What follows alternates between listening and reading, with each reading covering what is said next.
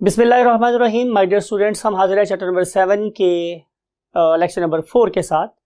और इस lecture number 4 में हम जो चीज़ पढ़ने वाले हैं, जिस क्लास को स्टडी करने वाले हैं, that is called as apicomplexan. You can see at the back of my you can say body, you can see the white board. और इस वाइट बोर्ड में आपको लिखा हुआ नजर आ रहा है कि हम लोग इस क्लास को एपिकॉम्प्लेक्सन बोलते हैं। और पुराने ज़माने में इस पर्टिकुलर क्लास को हम स्पोरोजोन्स के नाम से भी याद रखते थे, यानी कि एक ऐसा ग्रुप ऑफ ऑर्गेनिज्म है कि that has the ability to make spores at some stage of its life. For example, ये मेरे मुंह से डायरेक्ट निकला भी इसीलिए है कि अगर आप लोग अपनी ही जिंदगी के बारे में सोचें तो आप लोग कभी शीरखार बच्चे होते हैं, फिर आपका लड़कपन स्टार्ट हो जाता है, मिसाल के तौर पर आप लड़का या लड़की बन जाते हैं, फिर आप नौजवान लड़का या लड़की बन जाते हैं, फिर आप एक मर्द या औरत बन जाते हैं, फिर आप उधेड़पन की उम्र से गुजरते हैं, और फिर अगर आप और आगे बढ़ते हैं तो जाहिर है आप ज़ईफ़ या बढ़ापे की तरफ चले जाते हैं, और फिर आखिरकार आप मौत प्याला पी लेते हैं। तो ये सारी की सारी फेजेस हैं जो हमारी लाइफ के साथ एसोसिएटेड है, right. Same is the case with the life cycle of this class that is called as what, apicomplexan और स्पोरोजोन्स।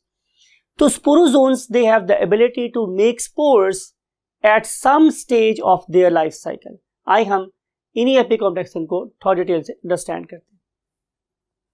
जी स्टूडेंट्स, हम सबसे पहले इसके वेरी फर्स्ट पॉइंट को डिस्कस करेंगे। I am trying my level best कि मैं आपको वो पढ़ाऊं जो आपकी बुक में लिखा हुआ है। तो आपकी बुक ने बात स्टार्ट ही ऐसे की है कि सबसे पहले उसने एपिकॉम्प्लेक्सन की न्यूट्रिशन से बात शुरू की। So I am bound to obey the same pattern. तो मैं यहां पे भी सबसे पहले डिस्कस कर रहा हूं न्यूट्रिशन। तो स्टूडेंट्स, बात ये है कि ये जो मेरे पास क्लास है उसकी सबसे यूनिक फीचर ये है कि दे आर पैरासाइट्स, राइट। अगर आपको लास्ट चैप्टर के लेक्चर्स याद है तो मैंने आप लोगों को बताया था कि पैरासाइट के 5 यूनिक कैरेक्टर्स होते हैं। नंबर 1 कि they can't make their own food, ये अपनी फूड खुद नहीं बना सकते, राइट। दूसरी प्रॉपर्टी ये है कि ऑब्टेन फूड फ्रॉम होस्ट, ये किसी होस्ट से फूड लेंगे। और आपको पता है कि एक ऐसा ऑर्गेनिज्म जो लिविंग होस्ट से फूड लेता है उसे हम लोग पैरासाइट बोलते हैं। उसके बाद मैंने आपसे डिस्कस किया था लास्ट टाइम भी, अगर ये सिर्फ मेरी बॉडी से फूड ले तो मुझे कोई तकलीफ नहीं है, लेकिन प्रॉब्लम क्या है कि जब ये मेरी बॉडी में रह रहे होते हैं तो ये मेरी बॉडी के अगेंस्ट चीजें बनाते हैं जो मुझे बीमार कर देती है। तो फिर थर्ड पॉइंट क्या होगा स्टूडेंट्स, कि दे नॉर्मली कॉज डिजीजेस, ये डिजीजेस फैलाते हैं। और फिर आखिरी पॉइंट मेरे पास क्या है स्टूडेंट्स, कि इफ अनट्रीटेड, अगर मैं इनको ट्रीट नहीं करूंगा तो दे मे कॉज डेथ, तो मुमकिन है इसकी वजह से मेरी मौत भी वाक़या हो सकती है, राइट। तो ये कुछ फीचर्स हैं जो कि जाहिर है इनके अंदर पाए जाते हैं। अब हम बात करेंगे इसके नेक्स्ट पॉइंट की कि पैरासाइट्स की हमारे पास 2 टाइप्स होती हैं। पैरासाइट टाइप्स, उनमें से कुछ पैरासाइट ऐसे होते हैं जिन्हें हम लोग नाम देते हैं मोनोजेनेटिक पैरासाइट्स। मोनोजेनेटिक पैरासाइट यानी कि ये एक ऐसा पैरासाइट है जो सिर्फ एक होस्ट के अंदर ही अपना लाइफ साइकिल कंप्लीट कर लेता है। इसे हम बोलते हैं monogenetic parasite. On the other hand, बहुत से ऐसे पैरासाइट्स होते हैं कि जो अपने लाइफ साइकिल को कंप्लीट करने के लिए 2 डिफरेंट स्पीशीज या 2 डिफरेंट जीनस का सहारा लेते हैं। इस किस्म के पैरासाइट्स को हम लोग डाइजेनेटिक पैरासाइट का नाम देते हैं। डाइजेनेटिक पैरासाइट, राइट, कि ये वाला ऑर्गेनिज्म एटलीस्ट 2 ऑर्गेनिजम्स में अपनी लाइफ साइकिल को कंप्लीट करेगा। मीन टू से कि दे डिमांड एटलीस्ट 2 होस्ट्स, इन्हें 2 होस्ट्स चाहिए, राइट। यू नो कि इस पैरासाइट का, जिसे आप जब पढ़ने वाले हैं, उसका नाम क्या है स्टूडेंट्स? प्लाज्मोडियम। तो ये जो मोहतरम प्लाज्मोडियम साहब हैं, ये 2 ऑर्गेनिज्म में अपना लाइफ साइकिल कंप्लीट करते हैं। One of them is called as human, यानी कि हम हजरत इंसान की बात कर रहे हैं, और दूसरा जो इसके रास्ते में पैरासाइट आता है that is called as mosquito, right. तो एक ऐसा पैरासाइट जो 2 ऑर्गेनिज्म में अपनी लाइफ साइकिल कंप्लीट करे, उसे हम बोलते हैं व्हाट? Digenetic parasite.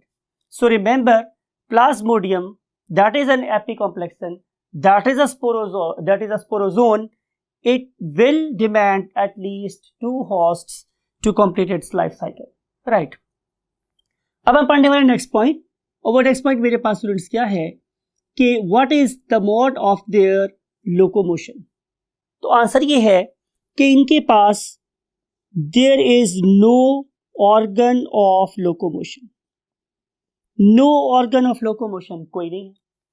अगर इनके पास ऑर्गन ऑफ लोकोमोशन नहीं है तो फिर अगली बात समझेंगे, तो फिर ये मूव कैसे करते हैं? तो आंसर ये है कि बाय फ्लेक्सिंग देयर बॉडी, ये अपनी बॉडी को फ्लेक्स करते रहते हैं, राइट। और जब हम एक साइड को ज़्यादा फ्लेक्स करेंगे, दूसरी साइड को कम फ्लेक्स करेंगे, तो बॉडी बेंड होगी। तो इसी के ऑल्टरनेट मूवमेंट से नॉर्मली ये मूव करते हैं into the body of the host. या फिर आप लोगों को मेरा अगर प्रीवियस चैप्टर का लेक्चर याद हो तो आपको मैंने बताया था कि एक ऐसा बैक्टीरियम कि जिसके पास कोई ऑर्गन ऑफ लोकोमोशन नहीं होता, वो होस्ट की बॉडी में डिस्ट्रीब्यूशन के लिए किसका मोहताज है? जाहिर है उसी के ब्लड का, उसी के बॉडी फ्लूइड का मोहताज है, राइट। तो ऐसा भी हो सकता है कि ये मूव करते हों by means of body fluid of the host, body fluid of the host, ऐसा भी पॉसिबल है, राइट स्टूडेंट्स। तो ये है बातें इसकी लोकोमोशन के बारे में। हम ऑलरेडी डिस्कस कर चुके हैं नंबर ऑफ होस्ट के बारे में कि अगर मेरे पास एक होस्ट हो तो वो मोनोजेनेटिक, और अगर 2 होस्ट रिक्वायर्ड हो तो उसे डाइजेनेटिक पैरासाइट का नाम देते हैं। अब हम जिस एपिकॉम्प्लेक्सन की बात करने वाले हैं, जिस स्पोरोजोन की बात करने वाले हैं, जाहिर है मैं डिस्कस कर चुका हूं कि उसे हम बोलते हैं what? Plasmodium. And plasmodium is basically pathogen of a very famous disorder that is called as malaria. कहा जाता है कि दूसरी जंग अजीम में इंसान 2 चीजों से लड़ रहा था, या इंसानियत 2 चीजों से बरसरे पैकार थी। उनमें से एक था गोला बारूद, राइट। इंसान दूसरे इंसान को गोला बारूद से मार रहा था, और दूसरी जिस चीज से इंसान लड़ रहा था दैट वाज मलेरिया। मोरख लिखते हैं, तारीख लिखती है कि शायद उतने इंसान गोला बारूद से ना मरे हों जितने इंसान इस मुजिम मर्ज से मरे थे जिसका नाम था मलेरिया, राइट। उस पर्टिकुलर पैरासाइट का नाम क्या था स्टूडेंट्स? Plasmodium, right. अब इस प्लाज्मोडियम के हम लाइफ साइकिल को स्टडी करेंगे। So let's move to the animation.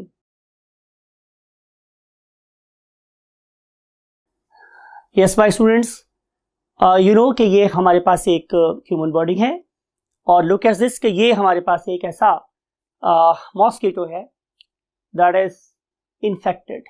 बड़ी इंपॉर्टेंट बात है स्टूडेंट्स, याद रखिएगा कि हर मॉस्किटो के काटने से मलेरिया नहीं होगा, राइट। हमेशा उस पर्टिकुलर मॉस्किटो के काटने से आप लोगों को मलेरिया होगा जिसके अंदर डेफिनेटली क्या प्रेजेंट होंगे? प्लाज्मोडियम।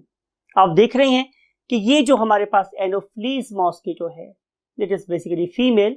आपने ये वाली बात भी याद रखनी है स्टूडेंट्स, 1 नंबर का क्वेश्चन आप लोगों को आ सकता है कि ये जो एनोफ्लीज मॉस्किटो है इसका मेल फ्रूगीवोर होता है, यानी कि ये प्लांट के सेल सैप में से फूड लेता है।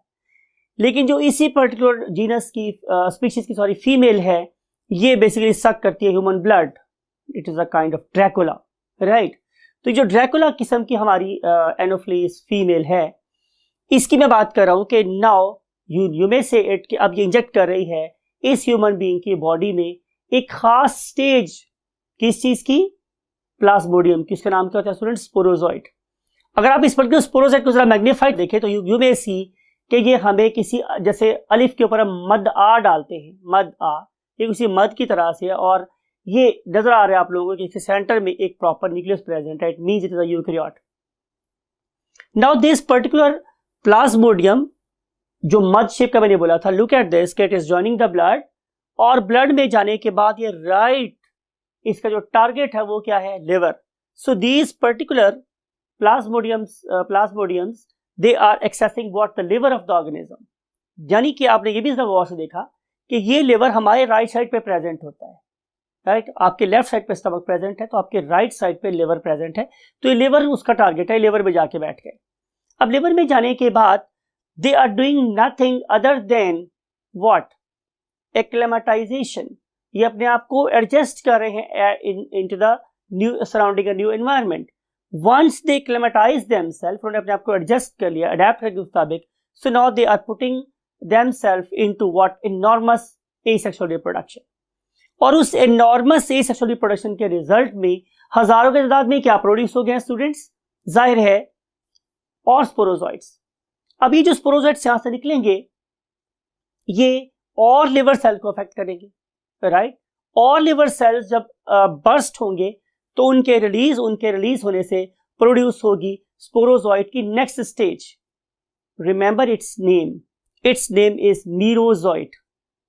मैं फिर दोबारा रिपीट कर रहा हूं कि जो पहली स्टेज थी वो स्पोरोजोइट थी, और स्पोरोजोइट लिवर को अफेक्ट कर रहा था।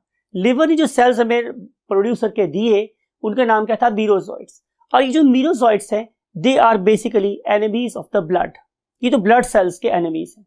एंड नाउ यू सी कि these particular merozoites they are basically invading RBCs, ये आरबीसीज में घुस रहे हैं। आरबीसीज में घुसने के बाद ये particular merozoites they again begin to replicate at exponential rate, बहुत तेजी से अपने आप को रेप्लिकेट कर रहे हैं। और एक टाइम ऐसा आएगा कि जब ये वाले मीरोजोइट आरबीसीज के अंदर फुल टाइम भर जाएंगे और हमारे आरबीसीज फट जाएंगे। ये जो आरबीसीज हमारे फट रही हैं, it is the time when your patient will feel the very marked symptom of malaria. आपको जो सबसे ज्यादा डिस्टिंग्विशिंग फीचर नजर आता है मलेरिया के अंदर वो क्या होता है? सर्दी। यानी कि बुक में लिखा है कि even a pile of blanket can not prevent him or her from the chill.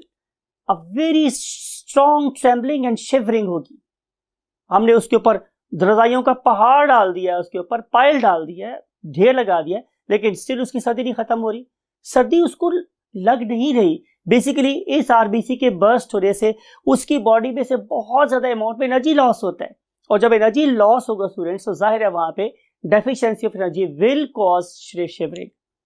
तो ये वो स्टेज है जहां पे आप लोगों का पेशेंट शिवरिंग फील कर रहा होता है, राइट स्टूडेंट्स? फिर जब ये फटेगी तो क्या ये चैन से बैठेगी? तो आंसर इज नो। इस वाले टाइम के बाद आप लोगों के ब्लड में इनके प्रोड्यूस टॉक्सिन्स मीन जहर की क्वांटिटी बहुत बड़ी हुई नजर आएगी। ये वो टाइम है जब आप लोगों का पेशेंट शो करता है थर्मोमीटर में एक हाई ग्रेड फीवर की वैल्यू 104, 105। ये वो टॉक्सिन्स हैं जो इनके रिलीज होने की वजह से ब्लड में फैले, राइट? तो सर्दी कब लगी? जब आरबीसी फटे। और उसका फीवर बहुत ज्यादा हाई कब हुआ? उसको वॉमिट्स कब आना शुरू हुई? जब वो वाले टॉक्सिन्स, राइट, हीमोटॉक्सिन्स, ब्लड के टॉक्सिन्स उसमें फैले, तो उस पर्सन का ब्लड जो टेम्परेचर है वो बहुत ज्यादा हाई हो गया। अ टाइम विल कम कि जब ये टॉक्सिन्स डाइल्यूट हो जाएंगे, डाइल्यूट होने के बाद पेशेंट विल फील कि मैं बिल्कुल ठीक हूं, लेकिन ऐसा नहीं होगा। रीजन इज कि लुक एट दिस कि ये वाले मीरोजोइट्स दूसरे आरबीसीज को पकड़ के बैठ गए हैं, राइट? तो वो वाला हाल जो पहले वाले आरबीसीज का हुआ था वही इन बाकी आरबीसीज का भी होगा। तो फिर ये वाला पेशेंट सेम उसी फेज से गुजरेगा, इससे फिर वैसे ही चिल होगी, और टेम्परेचर नोट करें तो टेम्परेचर आफ्टर सर्टेन टाइम बहुत ज्यादा हाई हो जाएगा, नॉजिया होगा, वॉमिटिंग होगा, हेडेक होगा, ब्ला ब्ला ब्ला, राइट स्टूडेंट्स? अब ये वाला जो डिसऑर्डर है ये होगा पीरियोडिक, बिकॉज के हर एक मलेरियल प्लाज्मोडियम की जो स्पीशीज है वो डिफरेंट है, उसका अपना एक लाइफ साइकिल है। हर एक जो प्लाज्मोडियम की स्पीशीज है वो अपने स्पेसिफिक टाइम के ऊपर ही क्या करेगी? हमारे आरबीसीज को बर्स्ट करेगी, उन्हें फाड़ेगी, तो उस टाइम पे वो दोबारा सिलसिला रिपीट होगा। कभी मत समझें कि अगर आप लोगों को वॉमिट आ गई, आप लोगों का बुखार खत्म हो गया या आप लोगों को सर्दी नहीं लग रही तो आप ठीक हो गए, never, right, you have to take another medicine. याद है लास्ट टाइम मैंने आपको एंटी अमीबिक मेडिसिन का नाम बताया था, याद रखिएगा। इस वाले केस पे भी कोई एंटीबायोटिक आपका सहारा नहीं देगी, because you know very well कि जो एंटीबायोटिक्स होती है तो अगेंस्ट बैक्टीरिया है और बैक्टीरिया का अपना एक एंजाइम सिस्टम है और ये तो एक यूकैरियोट है प्लाज्मोडियम, तो इसके लिए आप लोगों को प्रॉपर एंटी प्लाज्मोडिक मेडिसिन देनी पड़ेगी जिन्हें हम लोग एंटी मलेरियल ड्रग्स भी बोलते हैं, आपको वो देनी पड़ेगी, राइट। ये मेडिसिन आप उससे देंगे तो ये वाली मेडिसिन जाके इस प्लाज्मोडियम को किल करेंगी और इस पेशेंट की जान छूटेगी, राइट स्टूडेंट्स। और आखिरी बात, इन्हीं मीरोजोइट्स में से कुछ सेल्स डिफरेंशिएट होंगे, मतलब ये कि वो दूसरे सेल्स को इन्फेक्ट करने का काम छोड़ देंगे और वो एक और काम शुरू करेंगे कि they will try to make the cells, those are called as gametocytes. Remember students, point to be noted कि वो गैमेटोसाइट्स हैं, गैमेट्स बनाने वाले सेल्स हैं, गैमेट्स नहीं हैं। अब क्या होगा, एक और मॉस्किटो, लुक एट दिस, अभी एक और मॉस्किटो आई है और ये इस इन्फेक्टेड पर्सन के ऊपर फीड कर रही, लुक एट दिस, क्या हुआ कि अब ये गैमेटोसाइट्स इस मॉस्किटो की बॉडी में चले गए हैं। एक और बात पते की कर रहा हूं, वो जगह कि जहां पे एक ऑर्गेनिज्म रिप्रोड्यूस करता है बेसिकली वही उसका घर होता है। अब जरा गौर से देखिए, अब ये गैमेटोसाइट्स क्या कर रहे हैं, डिवाइड कर रहे हैं and they are making the sperms and eggs. अब ये स्पर्म और एग कहां बने, मॉस्किटो की बॉडी में। ये देखिए, ये मॉस्किटो की बॉडी में ही फ्यूज होकर जाइगोट बना रहे हैं, तो रिप्रोडक्शन कहां हुई, मॉस्किटो की बॉडी में। तो मॉस्किटो ही बेसिकली प्लाज्मोडियम का प्राइमरी होस्ट है। You got the point, human being क्या है, सेकेंडरी होस्ट है। वहां तो सिर्फ सेक्सुअल फेज गुजरी थी, यहां पे उसकी प्रॉपर सेक्सुअल फेज गुजर रही है। और अब ये देखेंगे एम्बेड हो गया है किसके अंदर, इंटेस्टाइन के अंदर, और इंटेस्टाइन में एम्बेड होने के बाद now it is passing to other reproductive stages. और यहां से अब देखें कि इनका नंबर फिर दोबारा बढ़ा और जरा गौर से देखिए क्या बन गया, दोबारा स्पोरोजोइट्स। अब ये स्पोरोजोइट इस मॉस्किटो के हीमोडायनामिक फ्लूइड में से गुजरता हुआ, राइट, उसके ब्लड में से गुजरता हुआ अल्टीमेटली दोबारा कहां घुस गया, गौर से देखें, यस, उसके स्लाइवरी ग्लैंड में। अब ये वाला मॉस्किटो क्या हो गया है, इन्फेक्टेड मॉस्किटो। अब ये वाला मॉस्किटो जब भी किसी हेल्दी पर्सन को बाइट करेगा तो during the course of injection, जब इस स्लाइवा उसको लगा रहा होगा तो जाहिर है ये वाले प्लाज्मोडियम स्पोरोजोइट्स उस हेल्दी पर्सन की बॉडी में ट्रांसफर हो जाएंगे और इस हेल्दी पर्सन को भी वही कुछ सामना करना पड़ेगा जो हमारे इस बेचारे डबी या विक्टिम के साथ हुआ है। ये वो ह्यूमन एनिमी है जिसने हमारी बॉडी में और मॉस्किटो की बॉडी में अपना लाइफ साइकिल कंप्लीट किया। तो ये कहलाएगा एक डाइजेनिक हॉर्स। Take very good care of yourself.